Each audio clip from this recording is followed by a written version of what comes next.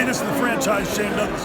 The Walking Weapon, Josh Alexander, and you're watching. And you're watching. Yamane, aka WWE. Here to this podcast with Ollie Harper, my man. And you are watching Ollie Harper at YouTube.com. And you're watching the Ollie Harper Show on YouTube.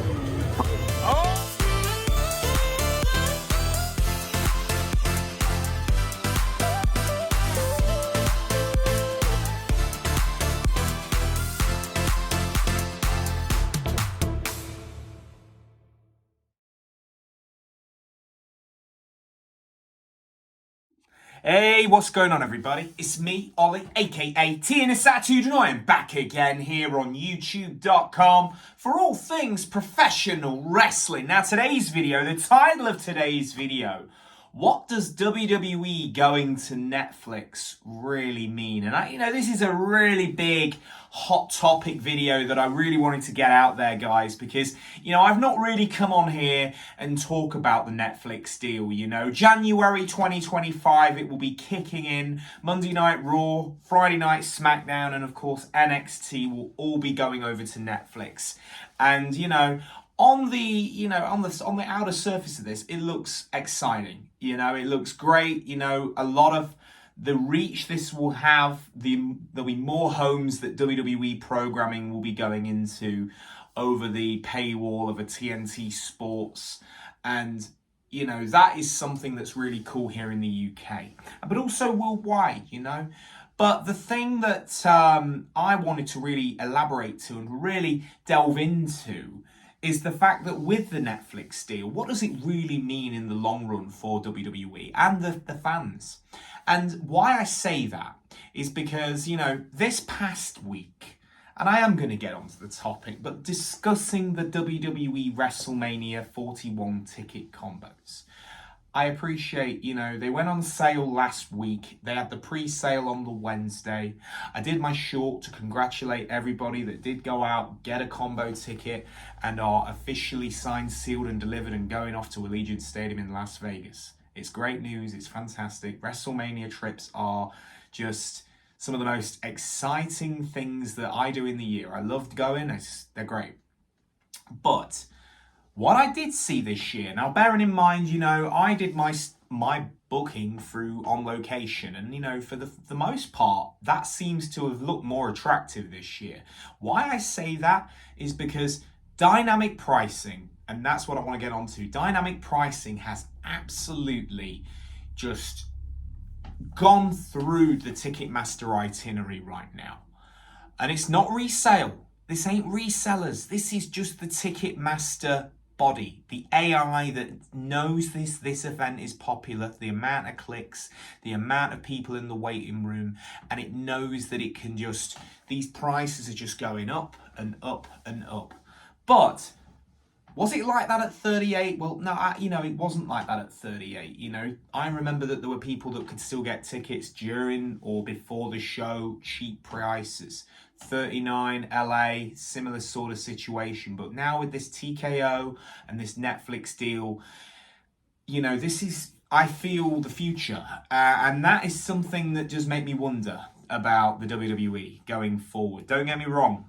Their product has been very, very good in the past few years. The content they're putting out, the rivalries, things like Drew McIntyre and CM Punk, this stuff has been great.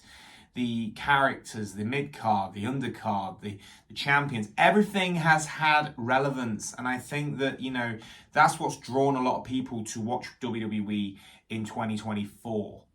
But in terms of dynamic pricing and where this is going, the Netflix inspiration has come out of this because they say it's the first WrestleMania going on Netflix. This will be John Cena's last WrestleMania as he retires next year on Netflix. And because it's all on Netflix, you've all of a sudden got this added element which is now pumping up these ticket prices. Now, don't get me wrong. I appreciate that I've spoke to people before who wait it out and wait the long game, and I get that, and I do fully appreciate that people do wait it out. But with it being in Las Vegas, with it being at the Allegiant Stadium, with it being Easter weekend, and with it being the first WrestleMania after WrestleMania 40, will these ticket prices really go down? And when I say go down, I mean really drop in price, to something that we would deem as affordable. And that is something that I don't know.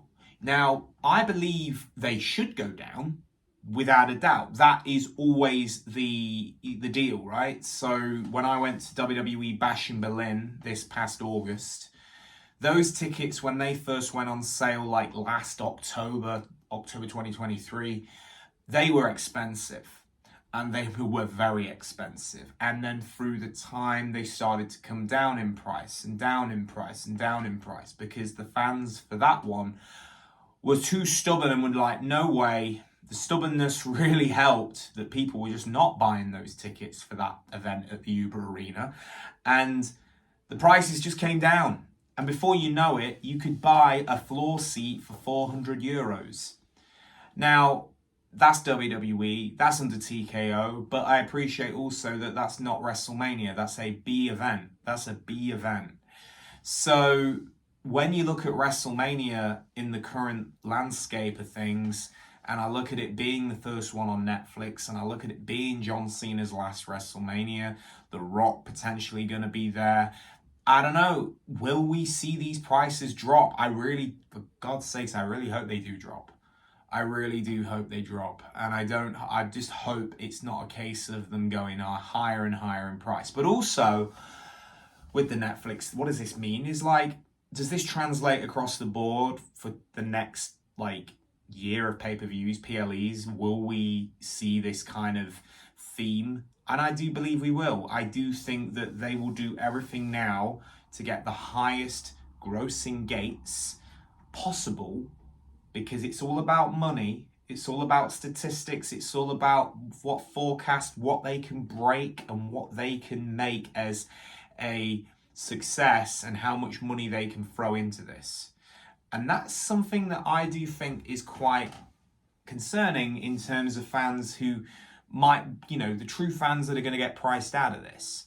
When WWE is all of a sudden going to become a more premiumized, event, trip, whatever you want to call it, than ever before. When you've got things like Netflix in there and, the TKO.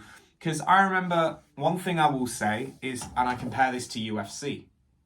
So I looked at the UFC Manchester fights. They were doing a UFC Manchester a few months ago, and it was actually on American time, so they put it on really, really late here in the UK. You had to be at the Co-op Arena at I think it was midnight, 1 a.m. It was on till 6 a.m. It was just a crazy, crazy time zone to be in. But this was just to, to really accommodate the US audience.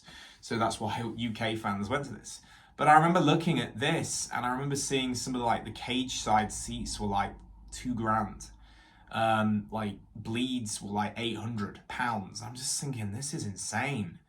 But will WWE ever go to that sort of thing? And that, again, I think that what it really comes down to is how people really go to this. And, when I say that is, how do people will approach this? And that is something where, while the dynamic pricing kicked in a little bit into the WrestleMania combo sale, but now it's here and the prices are still here and they haven't dropped. So there's people that probably didn't get on the website at 5 o'clock on that pre-sale day when they could have done. And, they could have got those tickets in that first 10, 15 minutes, and maybe they could have got something a bit more reasonable. But now where the prices are, they've just gotten a lot higher.